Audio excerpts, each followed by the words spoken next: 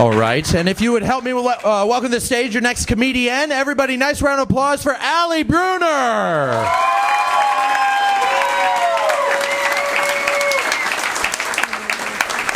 Thank you. Just when you thought tonight couldn't get any more awkward or perverse, somebody says, bring out the gimp.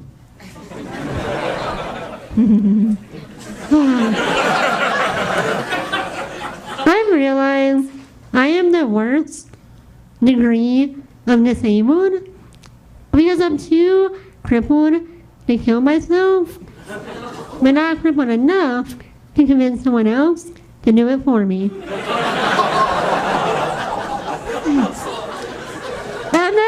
I'm not saying that I want to, but what I'm getting at is, what's your excuse?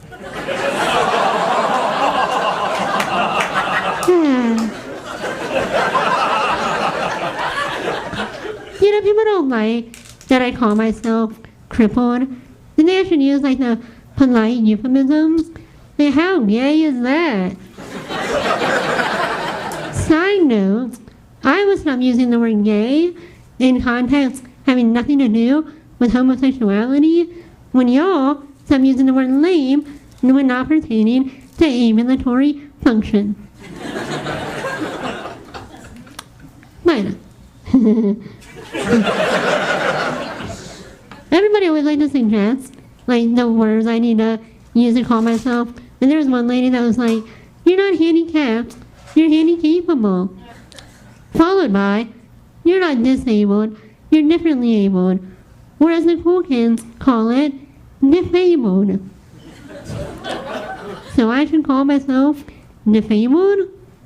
Great, so now I'm crippled and I have a list.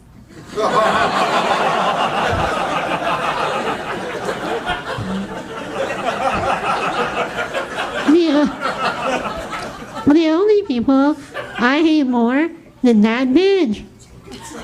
Crippled people. They're always stealing my thunder. And my good parking. And let's be honest, they're pretty much the bed sores on the ass of humanity. Right? It's right to laugh at that, guys. You're not gonna go to hell. But you know who else hates crippled people? Jesus.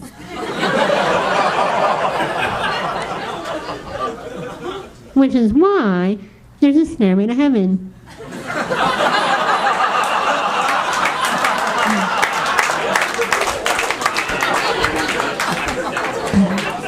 You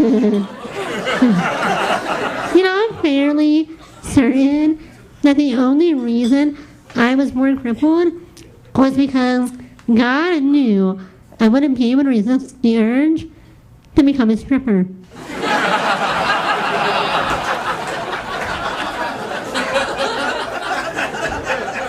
And he never planned on giving me the tits for it. But let me put it this way. I know a guy is checking out my tits because his eyes are darting around trying to figure out where the fuck they are.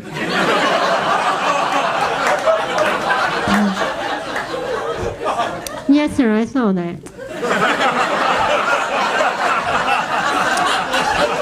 And thank you.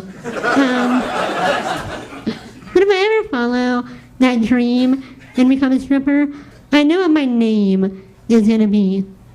Well, they're going to call me Marshmallow Fluff. Because I'm white, I'm sweet, and if you really enjoy me, your fingers are going to get sticky. Oh, yeah. Mm-hmm.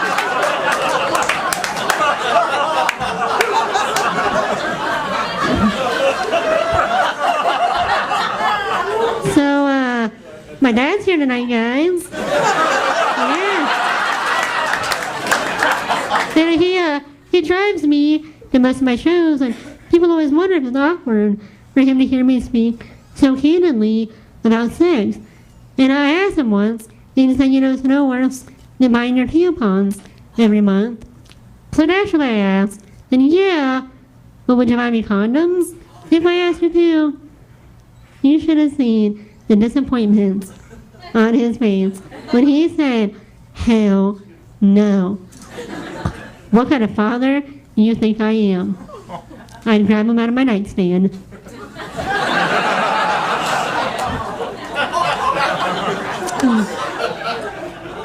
Well, you know, my dad and I, we do have kind of a strange relationship. Like, that's not why I want to be a stripper.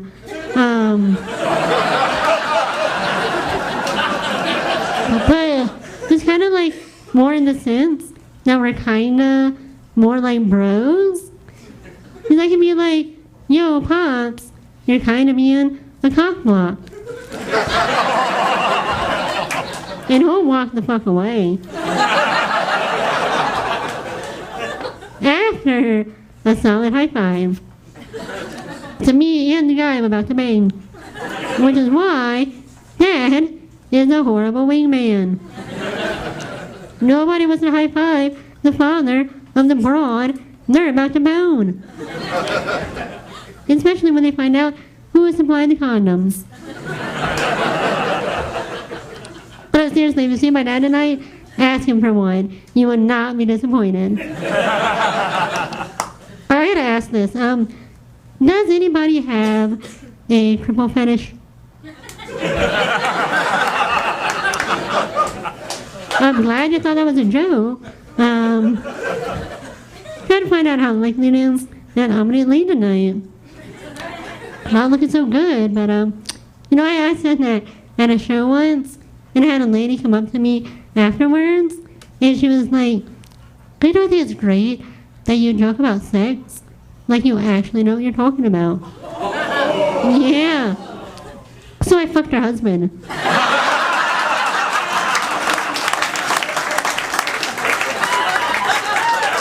And now he knows what I'm talking about. Am I right, guys? Yeah. Well, I'm Allie Bruener. That is it for me.